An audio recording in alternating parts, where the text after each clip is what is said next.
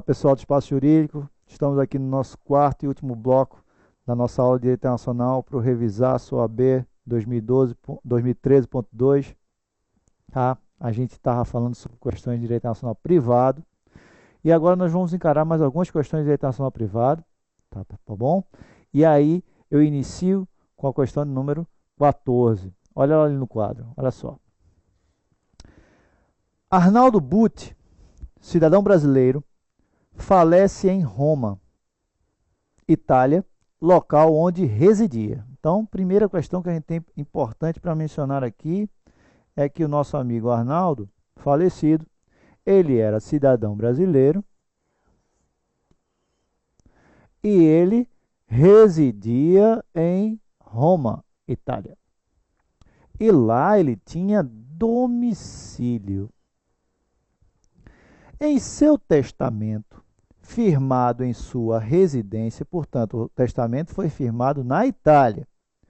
Poucos dias antes de sua morte, Butti, que não tinha herdeiros naturais, deixou um imóvel localizado na Avenida Atlântica, na cidade do Rio de Janeiro, para Júlia, neta de sua enfermeira, que vive no Brasil. Portanto, a beneficiária de seu testamento era a neta de sua enfermeira que vivia no Brasil.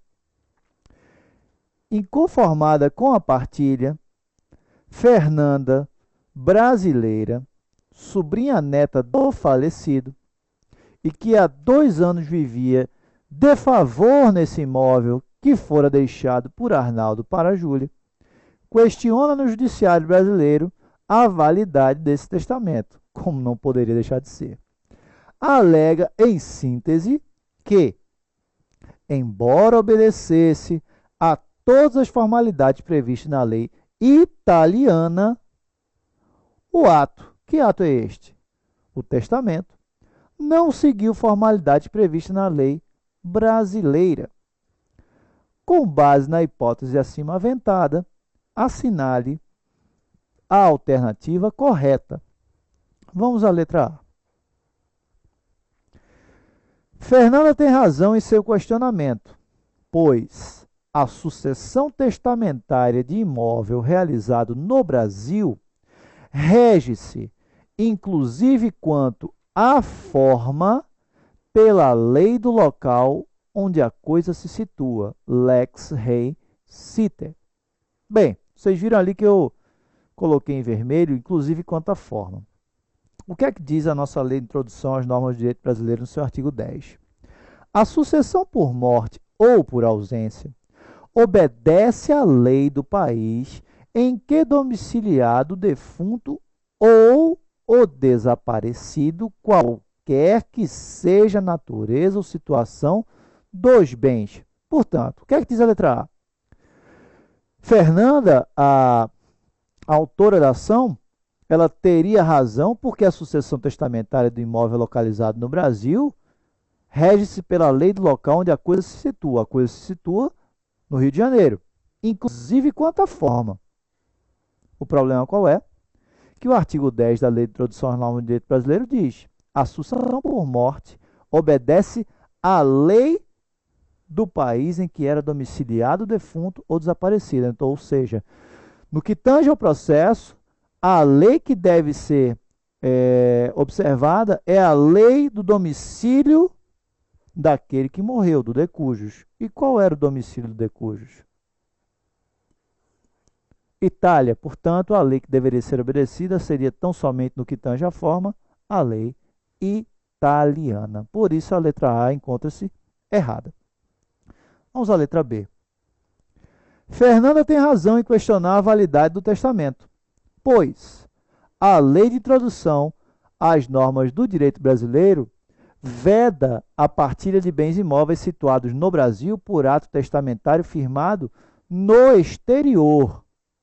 Bem, no artigo 10 dessa lei de introdução das normas do direito brasileiro, não há qualquer vedação para partilha de bens situados no Brasil por ato testamentário firmado além do nosso território. Portanto, a letra B ela não tem qualquer razão de ser. Vamos à letra C.